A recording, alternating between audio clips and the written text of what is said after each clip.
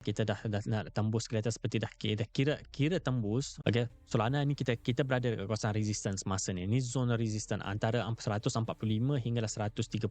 Tapi ni adalah zon sangat-sangat bahaya. Kalau dia dapat tembus daripada zon sini, ni target kita seterusnya dekat kawasan $160. Jadi itu ada target kita.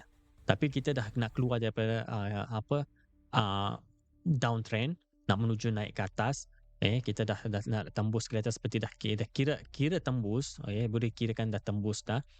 Cuma zon sini agak berat sikit untuk nak lintas. Sebab ini adalah zon yang kalau boleh kita nak lihat dia. Sebab dekat sini anchor volume agak tinggi, jadi kita nak lihat dia kalau boleh.